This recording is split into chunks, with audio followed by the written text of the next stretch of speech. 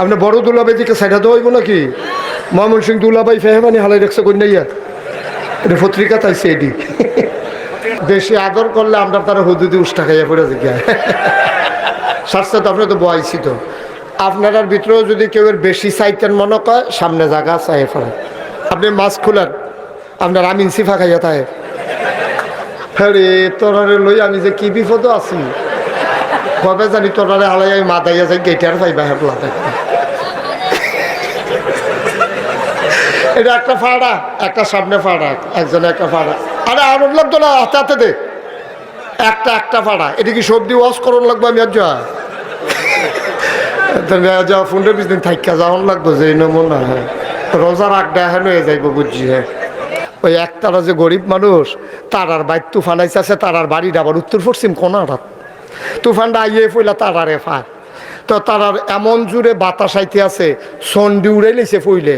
ওহন এই বাহি যেদি আছে এইদিও লইয়া যাই খেতেছে ফালামালে মরমরি দিয়ে উঠে কতক্ষণ পরে তো বেডিয়ে সেইটা কইতাছে হ্যাঁ কত বেড়াইতে দেখছি তুফান আইলে আজান দেয়, একটা আজান দিলেও তো তুফানটা কদূর কমে।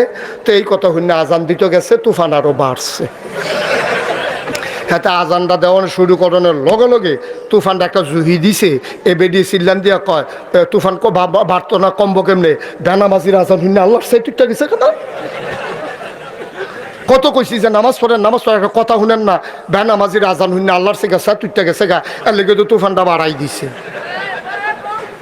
এখন তুফান আরও বাড়তে আছে, এর ভিতরে দিয়ে হেতান্ডি ফালা টালা দইরা বইয়া রইছে। এর ভিতরে দিয়ে বেরিয়ে কইতাছে একটা খতমের মান্যত করতেন পারেন না আপনি? তখন এই খতমের মান্যত করতেছে আল্লাহ যদি তুফানতে আবার ঘরটা বাসে আগামী শুক্রবারে মসজিদে 2 কেজি বাতাসা দিয়া মিলাদ ফোরান হইব। এখন এই কথা হুন্ডা সারছে পরে মাত্র কইয়া সারছে তুফান আরও বাড়ছে, জুহি দিয়ে উঠছে। বারে এখন যা 3 কেজি। 3 কেজি কইছে পরে তুফান এমন একটা লাড়া দিছে তে আর সহ্য করতে পারছে না, ঠেলার লগে গেছে 10 কেজি। বেরিয়েছিলাম তো আমরা মিলাদ ফরাইতাম না, উড়াইলে যে 10 কেজি বাতাসার দাম কত, আমরা ঘরের দাম কত। নতুন ঘর তুললাম বাতাসার টাকা দিয়ে দেয় বালা। বিয়ার উপযুক্ত মাইয়া ফান, স্কুলও পড়ে কলেজও পড়ে, এটা নিয়ে সুস্থ সংস্কৃতির ধারায় ফিরিয়ে আনার লক্ষ্যে এটা নিয়ে ফুটবল খেলার নামাই দিছে। বল গেছে গা কখনো, হেতে চাইয়া রইছে কখনো। তো মসজিদ কমিটির সভাপতি এবার আর মাইয়ার বিয়ার দিতে দাউদ খান দিতে আছে না শুন না, কসবাত টানছে গাউন না। দাউদ খান দিতে না শুন না ফলাফাইন আনছে, গাউন আনছে গিয়ে বৈরবতে। এবার আর বাড়িটার মধ্যে একটা কেয়ামত যাইতে আছে, একটা বাড়ির লোকে মনে হয় ভূমিকম্প হইতে আছে। এটি কি মাইক চাইতে গেলে হ্যাঁ গানও যাইও দেখবে এমন দুমুর আওয়াজ হয়, কলব রুহু তাইয়া পরে রুহু কলব যাইতে বাড়ির লোকে। এটি তো কোনো মাইখানা হইতল না, ঠিক নি রে? আর তারারে কি বোয়ান যেত না হেন দিয়া? আমার আবার কেউ খেড়ুই থাকলে আমারও খেড়ুইছে গেতাম মনে কয়। একটা রোগ, আমি ডাক্তারের লোকে আলাপ করছি, এই রোগ যাইতো না আপনার। ওই যাতে কবি নজরুল গেটু গিয়ে দে বাসটা খালি খাইছত খারাপ তো তে বইয়া সেরা একটা সিটও বইছে, বইয়া সেরা আপনার লাড়া দেয় কয় না লড়ে। তো এইটাতে বাস খালি তো এইটা হালাই দিয়ে গিয়ে আরেক সিটও বইছে, দেখে যে গ্লাস ভাঙা, জানালার গ্লাস ভাঙা। আরেকটা দিয়ে বইয়ে দেখে সিফা, একটা লড়ে আরেকটা গ্লাস ভাঙ্গা আরেকটা সিফা। তো যেইটাতে বয় খালি টেস্ট করে, এই উঠতে উঠতে তে উঠে আর বয় আর এই মাইদি দিয়ে হগলে মোটামুটি বইছে, সবাই বইয়া সরছে তে খেলুইয়া কোম্পানিগঞ্জ গেছে। আজকে আমার দুপুরে মাহফিল ছিল সোনামগঞ্জ মাহফিল শেষ করে হেলিকপ্টারে আসছি, নামছি শীতলাই থেকে আমি গেছি বিহার মণ্ডল সাইডে আসছি দৌলতপুর। এইটা শেষ করতাম পারলে এরপরে বাহিরা বাসাত গিয়া মাহফিল করন লাগবো। এটা খাইছত খারাপ হয়ে গেছে, এটা ওয়াত ছাড়া থাউন যেন সুরের মতো। সুরে যেদিন চুরি করতে না পারে এই দিন বলে দেখছি এই রুমের থেকে এই রুমও নাই, এই রুমের থেকে এই রুম হয়। আমরা হুজুর হয়ে গেছি গিয়ে এইরকম। তা আল্লাহ যেন হেফাজত করে, সবাই কও আমিন। না এই আওয়াজ এটা কাশেম সরকার না তো, এটা মুশতাক ফয়েজি। এবারে তো লইয়া পড়ছেন, আমি বলে ফালতে উপরে পড়েছে গিয়ে কখন জানা কার উপরে। হ্যাঁ তোমরা আওয়াজ ঠিক রাখবা, আওয়াজে ওয়াজ খাউন্যা ভালো হইলে শাহিদারি করে মজা আছে, ঠিক নি রে?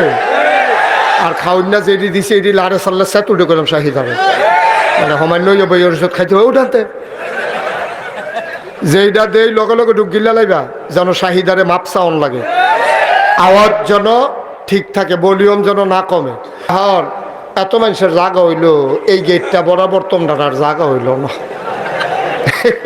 কারবার ওই ওই যে জনতা বাসের কথা দেওয়ার লেগে কম লাগে কইলে তোমরে তারা এলাকাত কিন্তু মাইকম্যান অনেক জায়গাত মারছে, আমি দেখছি। বুঝ করে মাইক চালা কি চালাই বইতেন নমুনা খারাপ। হ্যাঁ কইছি তোমরা যে কন্যাই বাজে এটাও কইছি। হ্যাঁ আর কিতা কইতাম, মাইরের ডর দেখাইছি, আর কিতা কন যায়। সবাই কন আলহামদুলিল্লাহ। এই ছেলে এই ছেলে উঠতে কেন, এদিকে আসো। হ্যাঁ যেখান তো উঠতে এখানে যাও, উঠতে যাবে নাতে। হ্যাঁ তে মনে করছো অন্য হুজুর সিফা দিয়া বইয়া তা তুই নমুনা দেখতেছ, তা কি চাইতে আছে তে উডে খেরাতে মানুষ হয়ে যে কিতাছে তে বোয়াতে উঠতে। তোমরা হেন্দা জায়গা আছে যাবো আমিন কর। স্টেজও যারা আছেন জোরে কথা কইেন। আমি কিন্তু অনেক মাহফিল স্টেজের তারা কথা কয় না, কিরে তারারে নামাইয়া কথা কই না তুলছি। এরকম অনেক জায়গাত করছি এরকম।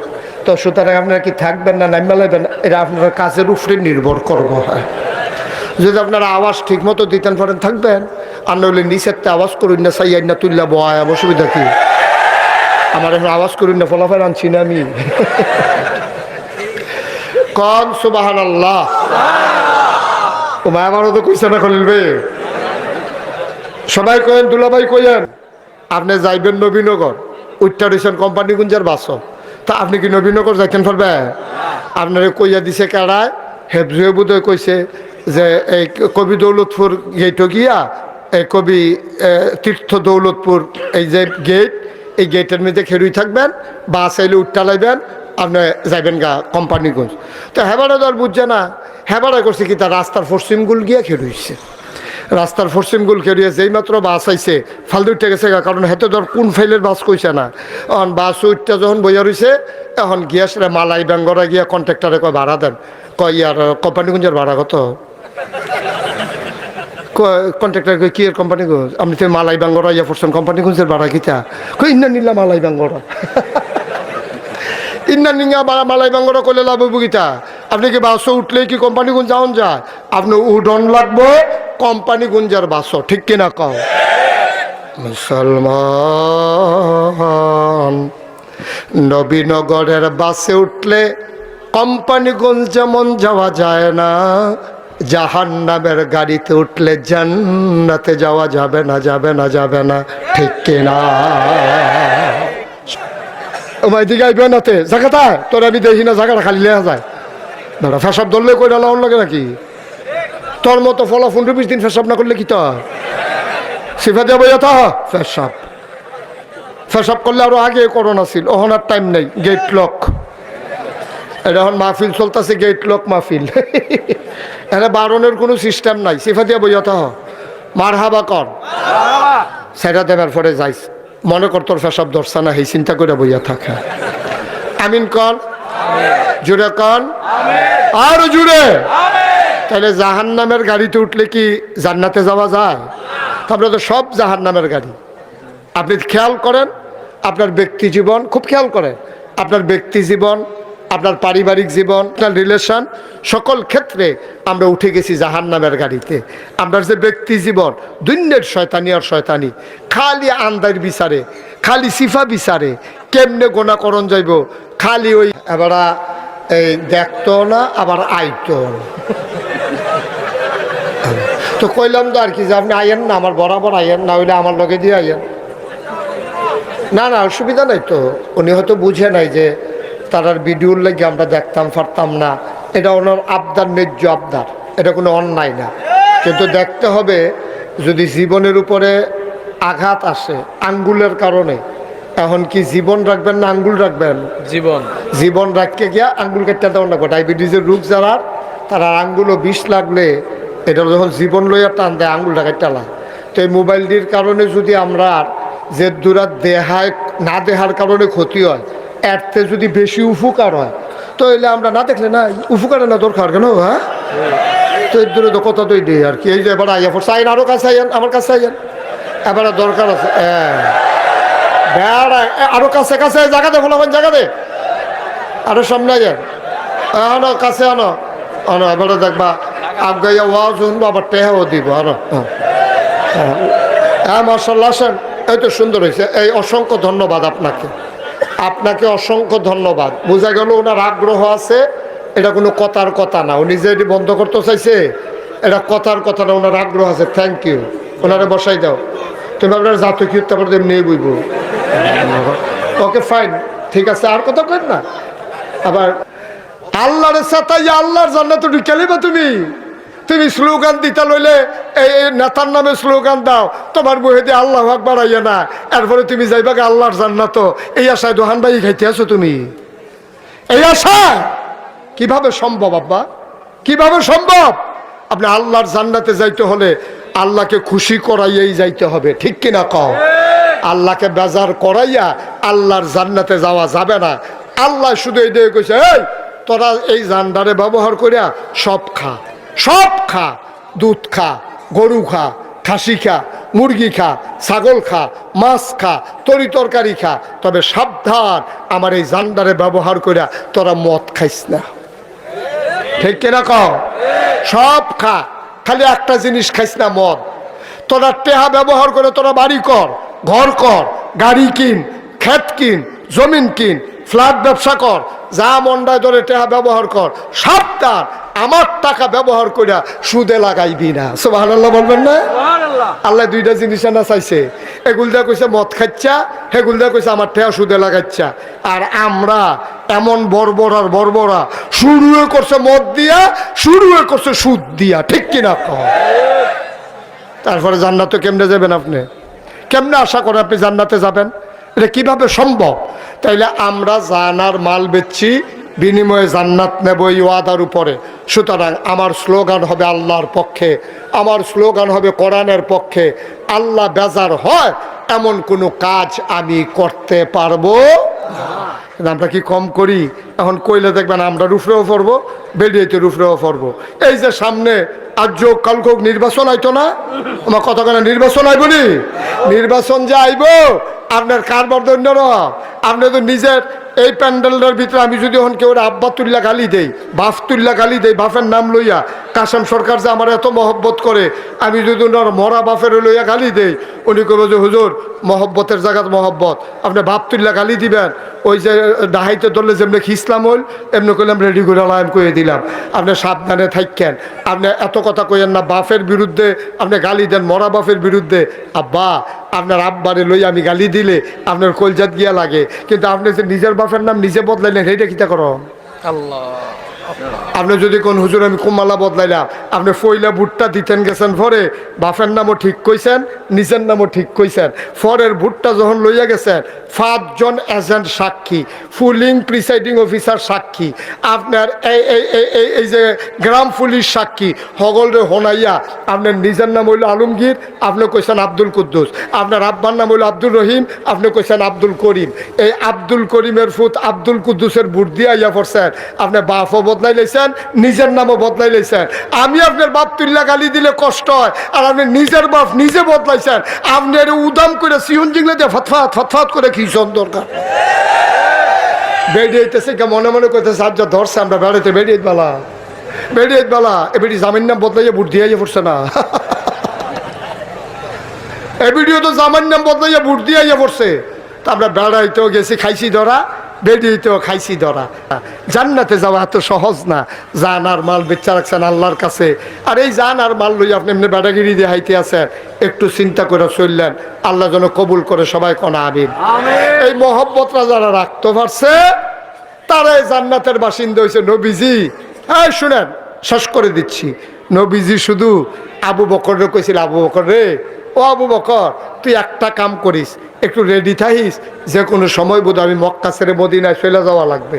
আবু বকরে ডাক দিয়া লইয়া বাড়ুইছে, বাড়ুইছে নবী যাওয়ানোর কথা মদিনা, আড়া দিছে উল্টা। আবু বকরে জিজ্ঞাসা ইয়া রাসূলুল্লাহ আপনার না বলে মদিনা যাইবেন, আপনি কি রাস্তা বুঝলা লাইছেন? আমি রাস্তা ঠিক আছে, কাফেররারে বুলাইতে আছি, তারা মদিনার রাস্তায় বিচারবো, আমার এগিয়া যেন না পায়। সুবহানাল্লাহ বলবেন না? আল্লাহর নবী সকাল হয়ে যাচ্ছে, সূর্য পশ্চিম আকাশে উঠতেছে, এমন সময় আল্লাহর নবী মুহাম্মদুর রাসূলুল্লাহ সাল্লাল্লাহু আলাইহি ওয়াসাল্লাম তিনি ডাক দেয়া, আবু বকর রে, ও আবু বকর, কোনো একটা গুহা বের করে নাও যেন লুকাই যাইতে পারি। আবু বকর গুহা বের করে ফেললেন। নবীজি বললেন, গুহা কই? কই যে সৌর গুহা। আবু বকর সিদ্দিককে পেছনে ফেলে নবী ঢুকতে চাইলেন। আল্লাহর নবী গুহার কিনারে যখন গেলেন, আবু বকর সিদ্দিক হাত বাড়াইয়া দাঁড়াইলেন, ডাক দেয়া কয়, নবী গো, আপনি আগে গুহায় ঢুকবেন না ঢুকবো আমি আগে? আল্লাহর নবী জিজ্ঞেস করলেন, কেন তুমি আগে ঢুকবা, আমি কেন ঢুকবো না?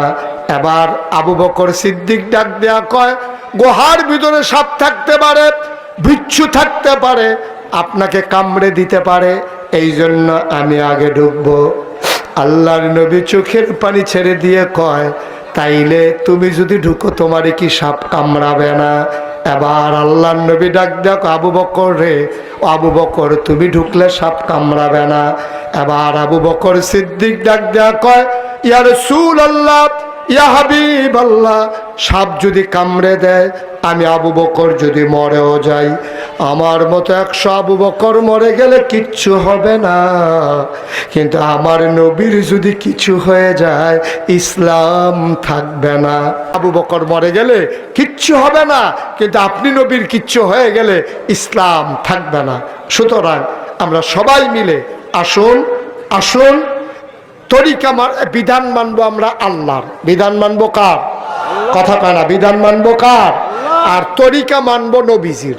এই দুইটা মূল মন্ত্র নিয়ে আমরা যদি দৌলতপুরের জীবনের সাথে যেমন করে, দৌলতপুর দরবারের সাথে যেমন করে একীভূত হয়ে গেছি, আমরা যদি আমাদের সময়টা এইভাবে কাটাইতে পারি, তাইলে আপনি বিশ্বাস রাখেন, আপনি বিশ্বাস রাখেন, আপনি যেদিন মরে যাবেন, মসজিদের মিনার থেকে যেদিন ঘোষণা আসবে, মসজিদের মিনারের ঘোষণা পাওয়ার পরে সবাই দলে দলে দেখতে যাবে আপনাকে, যেদিন কাফন পরিয়ে দাফন করে দেবে মাটির কবরে, সবাই দেখবে মাটির কবর, আপনি কবরে গিয়ে দেখবেন মাটির কবর মাটি নাই, মাটির কবর জান্নাতের টুকরা হয়ে গেছে। ঠিক কিনা কর?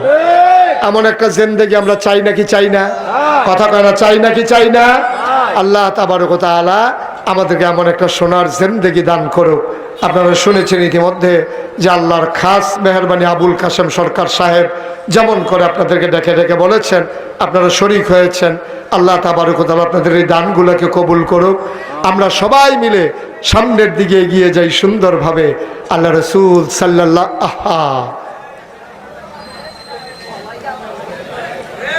আল্লাহ রসুল সাল্লাল্লাহু আলাইহি সাল্লাম আবার যখন গুহার ভিতরে ঢুকলেন, কথা মনে আছে তো নাকি?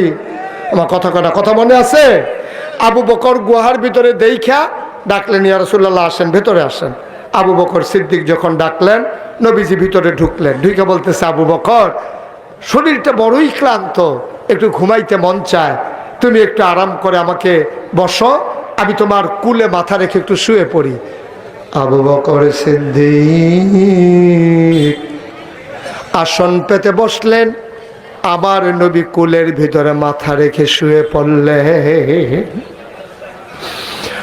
দৌলতপুরের মুসলমান, খামার গ্রামের মুসলমান, বাঙ্গরার মুসলমান, পুষ্কুনির পাড়ের মুসলমান, দিঘির পাড়ের মুসলমান, শুনো শুনো শুনো শুনো, মন দিয়ে শুনো। যখন আবু বকর সিদ্দিক আসন পেতে বসলেন, আল্লাহর নবী কুলের ভিতরে মাথা রেখে শুয়ে পড়লেন, আবু বকর সিদ্দিক কপালের ভিতরে আলতো করে টিপে দেয়, চুলের ভিতরে আঙ্গুল বুলিয়ে দেয়। আল্লাহর নবী ঘুমিয়ে পড়লেন। আবু বকর তাকায়া দেখে গুহার ভিতরে অসংখ্য গর্ত, প্রতিটা গর্তের ভেতর থেকে সাপের জিহ্বা দেখা যায়। উনি ওনার পাগড়িটা ছিঁড়ে টুকরা টুকরা করলেন, সবগুলো গর্ত বন্ধ করে দিলেন। কাপড়ের টুকরা শেষ, গর্ত রয়ে গেল মাত্র একটা। আবু বকর সিদ্দিক এখন কি করবেন? তিনি নবীর মাথা মুবারকের নিচ থেকে আস্তে করে পাটা বের করলেন, সাপের গর্তের ভিতরে পা চাপা দিলেন। সাপ বের হতে না পেরে আবু বকরের পায়ের উপরে ধ্বংসন করে দিলেন। বিষে শরীরটা নীল হয়ে গেল, চোখ দুইটা লাল হয়ে গেল। আবু বকর ঠোঁটটারে কামড়ে ধরে আছেন দাঁত দিয়া, যেন কান্নার আওয়াজ না বের হয়, নবীর যেন কষ্ট না হয়। কান্নার আওয়াজ থামাইলা দাঁত দিয়া কামড়াইয়া, চোখের পানি থামাইবা কি দিয়া? আবু বকর সিদ্দিক চোখের পানি থামাইতে পারলেন না। টপ টপ করে 2 ফোঁটা পানি নবীর গাল মুবারকে পড়ে গেল। নবী চমকে উঠলেন, থমকে দাঁড়ালেন, ওনার ঘুম ভেঙে গেল। তাকায় দেখে আবু বকর সিদ্দিকের গাল বেয়ে বেয়ে পানি পড়তেছে। আল্লাহর নবী ডাক দেখো, আবু বকর নিশ্চয়ই বাড়ির কথা মনে পড়েছে, কান্দো কেন? আবু বকর ডেকে ডেকে কয়ে, নবী গো, আপনার চেহারার দিকে তাকাইয়া বাড়ির কথা মনে পড়বে, এটা আপনি কেমনে ভাবলেন? কয় তাইলে কেন কাঁদো? কয় সাপ আমারে ধ্বংসন করেছে। আল্লাহর নবী বললেন, দেখি কোথায় ধ্বংসন করেছে। আবু বকর পা গাই দিলেন। আল্লাহর নবী থুতু মুবারক আঙ্গুলের মাথায় লাগাইয়া আবু বকরের সাপের কামড়ের জায়গায় লাগাই দিলেন।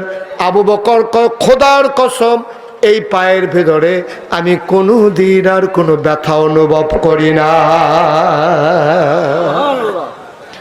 গায়ে হলুদের নাম দিয়া লক্ষ লক্ষ টাকা খরচ কইরা আমরা আল্লাহর খুশির জন্য একটা কাজও করতে পারি না, ঠিক কিনা?